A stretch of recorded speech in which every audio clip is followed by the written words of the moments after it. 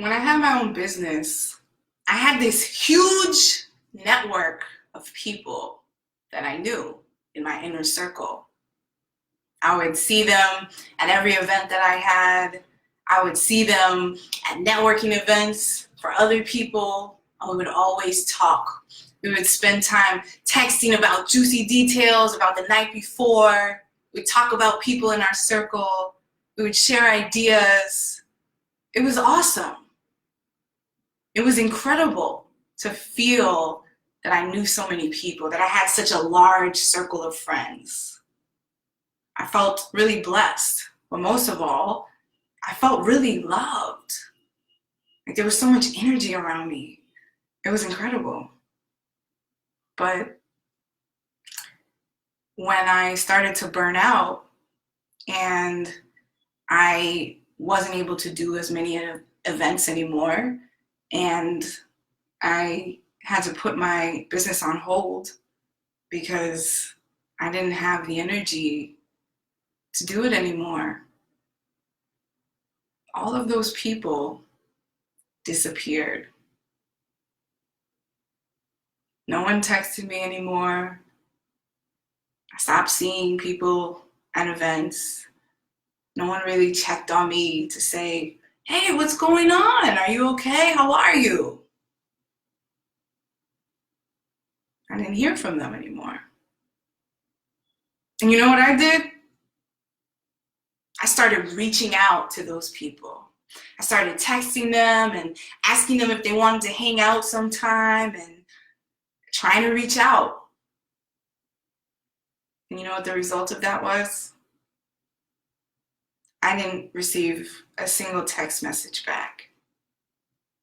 I received no response from any of them.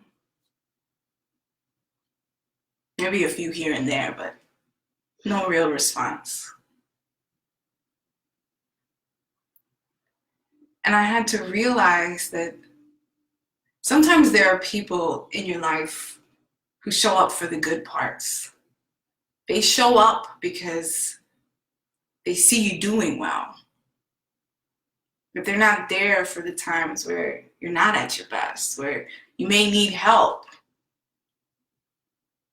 Those are opportunists. Those are not your friends. Pay attention to the people in your life who pop up.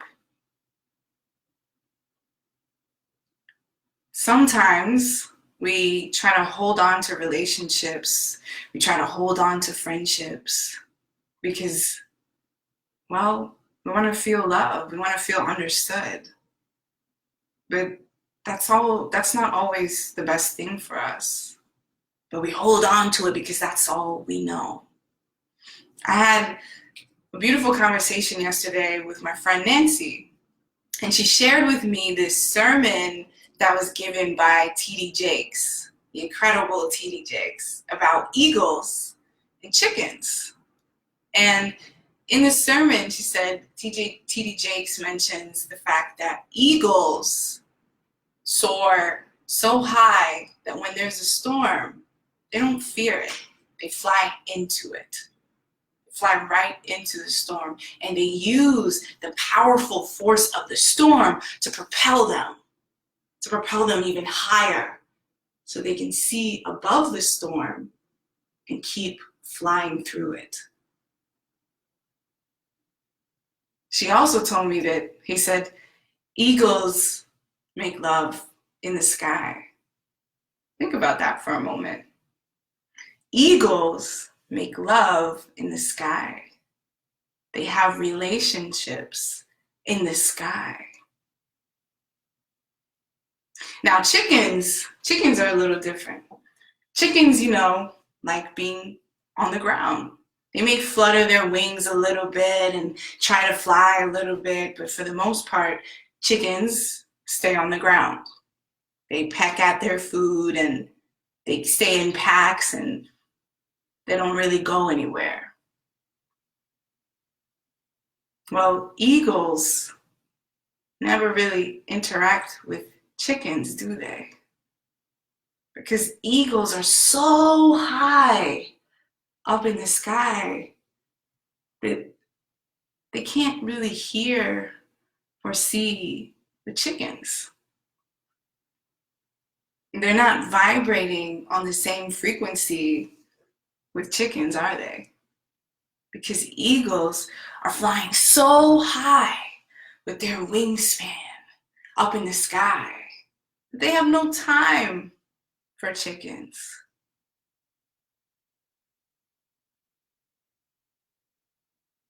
But in our own lives, even though we are the eagles, we struggle to hold on to chickens in our lives. We're looking down at what's familiar to us instead of spreading our wings so that we can fly. Because flying, that is where the joy is. If you have the courage to let go of what's holding you back. Flying is where the joy is. When I was a little kid, I was someone who would invite my entire class over for my birthday party because I wanted everyone to feel included, and I was a super friendly kid, and teachers knew this about me. They would say, Julia, we have a new student. We want you to show this new student around. We want you to befriend this new student. And because I was that kind of a student who wanted to please my teachers and do everything right, I would do that. I would befriend the new kid in class. I would show them around because friendship was really important to me. I was in this dual immersion program growing up from kindergarten to 5th grade. We learned English and Spanish. So it would rotate between one day in English, we would learn on the next day in Spanish. And because of the amazingness of the program, we always had new students that were coming in from Spanish-speaking countries, international students. And so the teachers would always say, Julia, can you show this student around? And so I would befriend them, and I would be loyal to them. Even if they didn't really want to talk to me or didn't really like me, I would be loyal because I thought that's what I should do. And even when I was growing up, I noticed when I was thinking about my life, I always had only like 1 or 2 real best friends because I wanted to be loyal, because I didn't have any family or cousins or other siblings.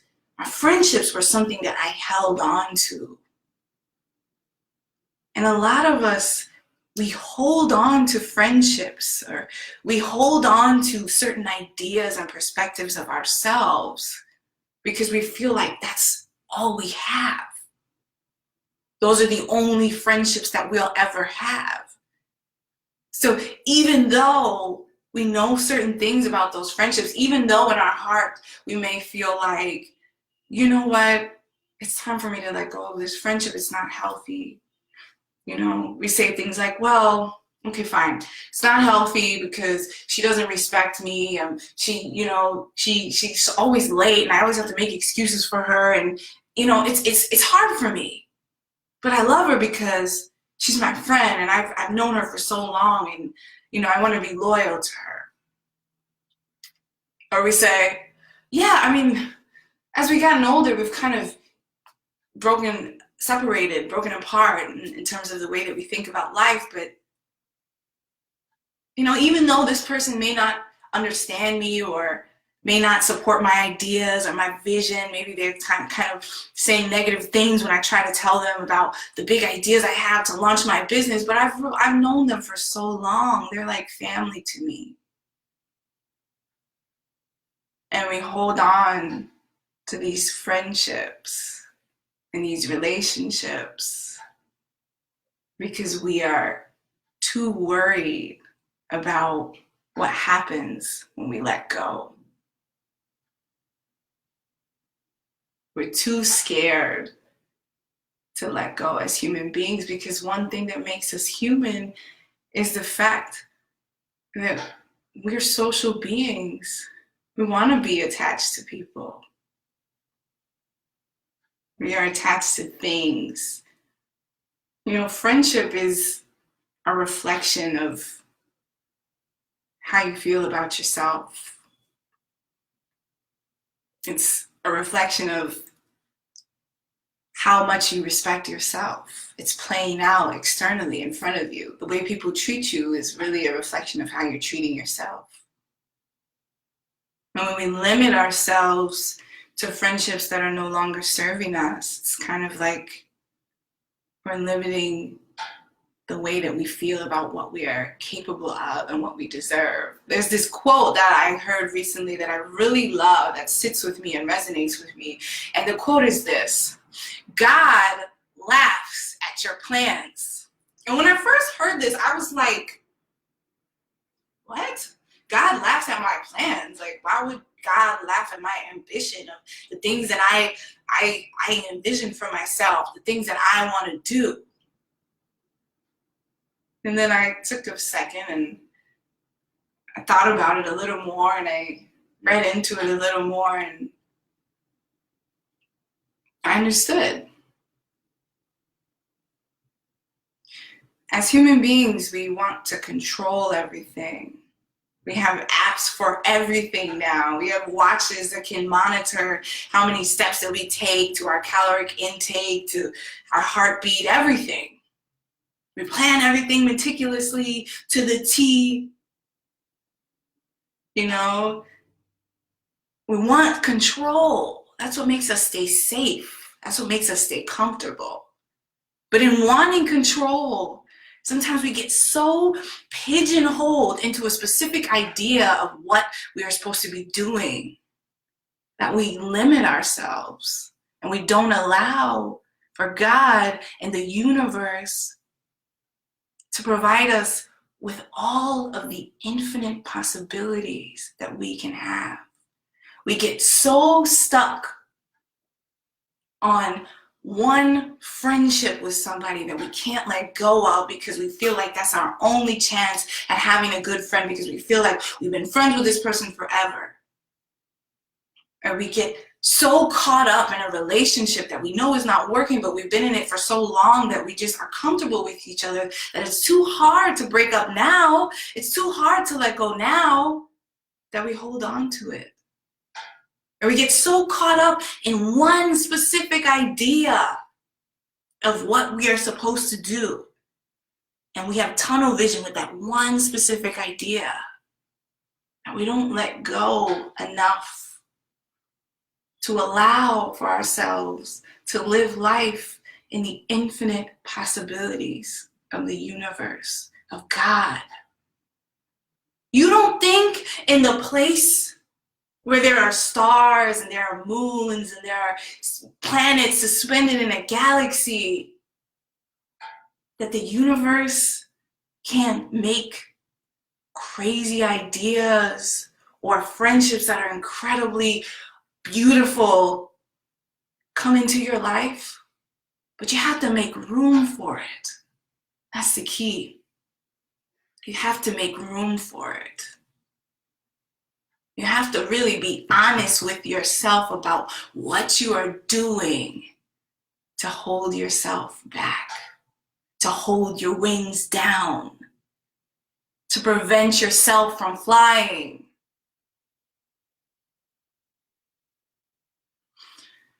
I was listening to this interview from this millionaire, I can't remember his name, and he said, if you are at a party or you're talking to your friends and you're sharing your ideas with people, and they don't say to you when you share that idea with them, wow, that's crazy. How is that even possible? How are you even going to do that? That's not even possible. That's too crazy. If they don't say that to you, he said, then you're thinking too small. Let me repeat that. If you are sharing your ideas with people and they don't say to you, wow, that's too crazy. I couldn't imagine that. How could that even be possible? They don't say that to you, then you're thinking too small. And that's what we do all the time. We put ourselves in a box. We confine ourselves to one specific thing, one specific outlook, one specific career path. one thing that we're good at. We don't allow the universe to bless us with all the things that it has in store for us. And that's why that quote, God laughs at our plans, is meaningful. You say, well, I want to do this and that and this little box right here, and that's what I'm doing. And God said, well, I was planning for the moon and the stars and the sky and for you to be able to travel everywhere you want to go. But if you want to do that, okay, you can do that. You know that everything that we do every day, every object that we use was created from an impossible idea? From electricity to smartphones, all of those things were created from an impossible idea. Something that someone thought was crazy, that people had never seen before, so they thought, well, how is that even possible? But it came from people thinking crazy, thinking infinitely. Will Smith said in one of his interviews, people used to say to me, Will, think realistically. He said, why would I ever want to think realistically? Why would I ever want to limit myself in that way and be realistic when I could think crazy big?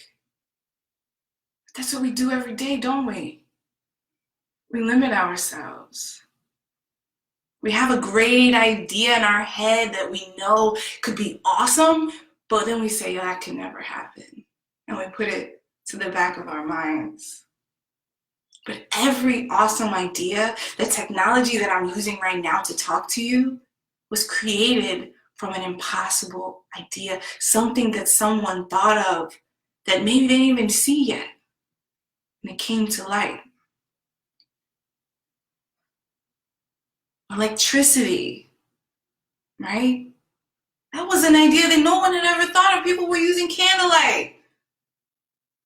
Didn't think about electricity being possible, but now we can't think of it being ever something that never existed.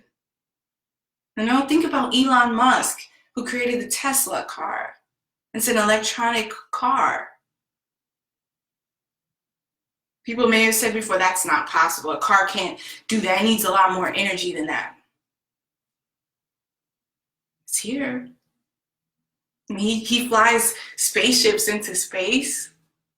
Yeah, he has setbacks, but his vision is so crazy and so big that it keeps him going, right? Bill Gates, he dropped out of college so that he could live in a basement, and he created Microsoft because he believed in his idea. Now he's the richest man in the world, one of the richest men in the world, next to Warren Buffett. He created something that no one had ever seen before because he dreamed big enough, dreamed crazy enough, spread his wings wide enough to fly with the eagles. Imagine if he had listened to people who said, that's not really gonna work. If he had listened to the chickens who were on the ground, couldn't see the infinite possibilities. Said, yeah, Bill, I don't think that's a good idea. Imagine if he had given up and just said, yeah, that's true, and went back to school and just forgot about it.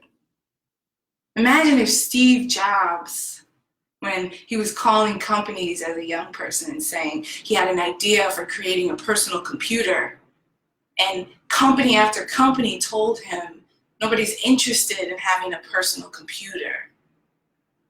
Imagine if he had said, okay, yeah, you're right. Okay, forget about it. Would we have laptops now? Would we have the iPhone, the Macs, iPads? We have to be willing to think crazy enough that we can spread our wings and fly. As kids, you know, we are so creative. People say, dream big, create what you want, live the life you desire. You can do anything. You can be whatever you want to be when you grow up, right? And so you have all this creative energy and imagination, and you can see a life for yourself that's like, whoa, you can be the president. You can be a king or a queen, or you can be the next person to go out into space. Kids, they have this resiliency, this confidence. And then as you get older, you start to limit yourself, right? You start to be more realistic. You start to do more realistic things. You start to play it safe. You had too many experiences where people told you, no, that's not possible. So you sort of turn and dim your light, turning it almost off. And I remember when I was in college, I really wanted to be a biology major. I had gone to an environmental high school. All through my life, I was interested in the sciences. And then I got to college and I took my first science lab class. And then I took a marine biology class. And I got a C in my marine biology class. And at that point, I remember having a talk with the professor, and I decided, science is not for me. I thought it was, but it's not. And I gave up. And I changed my major to something that was safer for me. Something I knew I could do well in. Something that wasn't going to challenge me too much because I didn't want to mess up my GPA, because what would people think about me? I limited myself. I confined myself to a box because I wanted people to think that I was doing well in school. And the grades that I got dissuaded me. They scared me. They scared me into limiting myself. And we do that all the time. We scare ourselves so much that we want to play small and stay chickens instead of fly high and be eagles. But in reality, eagles and chickens, they never interact, do they? An eagle's flying too high, is vibrating on a frequency too high to be able to even hear the chicken, because it's got too much power, too much energy to let a storm or negative energy get in the way of its flight, get in the way of its powerful wings. So when you think about your own life, think about the things that you're still holding on to, the things that make you feel safe, better safe than sorry, the things that you've readjusted in your life because people have told you to be more realistic, the people you're holding on to because you've known them for so long that it's easier to stay friends. It's safer to keep them in your life, even if it's not healthy, it's familiar. You know this person. But remember, just because it's healthy doesn't mean it's good for you. And you have to be able to let go, to drop that stuff, to let go of negative energy in order for you to survive, in order for you to evolve, in order for you to become the amazing plan that the universe has for you. You have to have the courage to let go so that you can fly.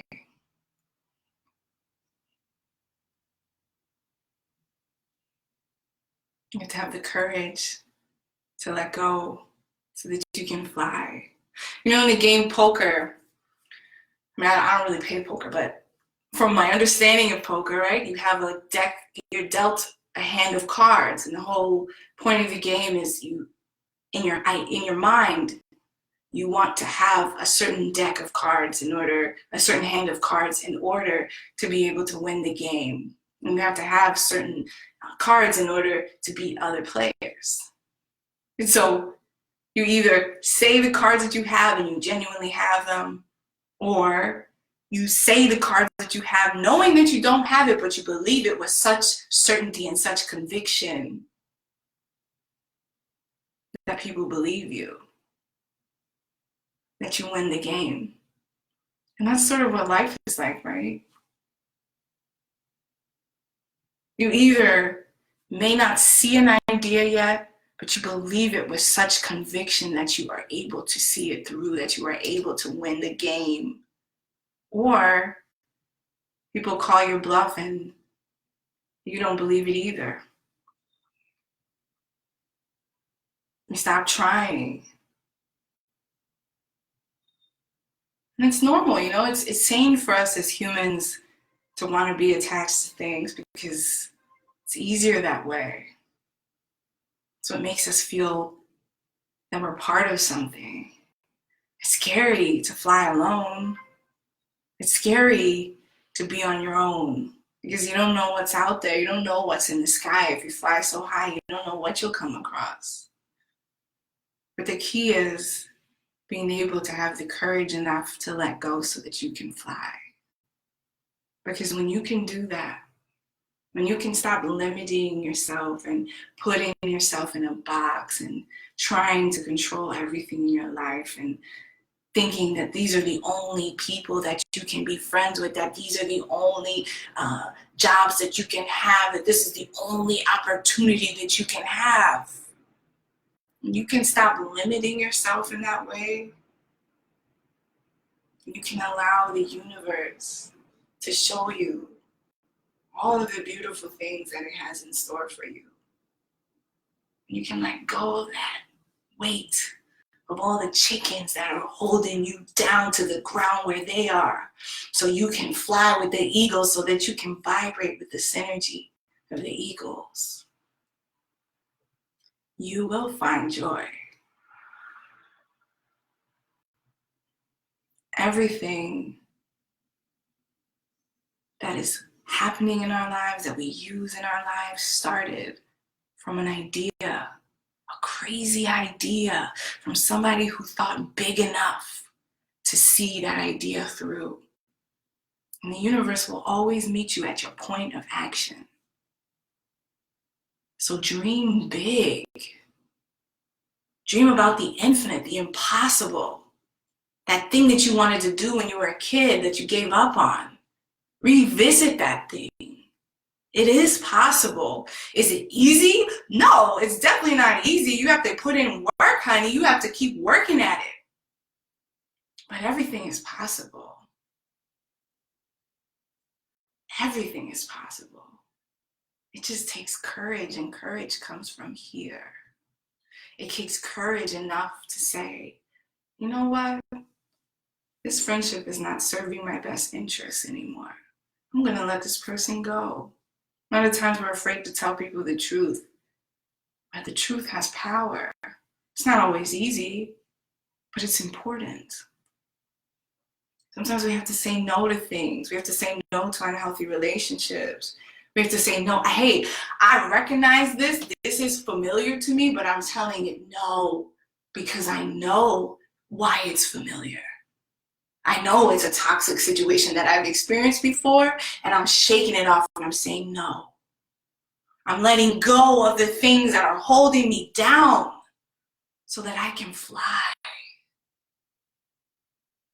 And when you do that, when you start letting go of the things that are holding you down, when you start allowing your mind to dream big, to think crazy enough, you will be vibrating on so high of a frequency that you won't be able to hear any of the chickens anymore. You are capable of so much more. So think bigger. Dream bigger. Think crazier.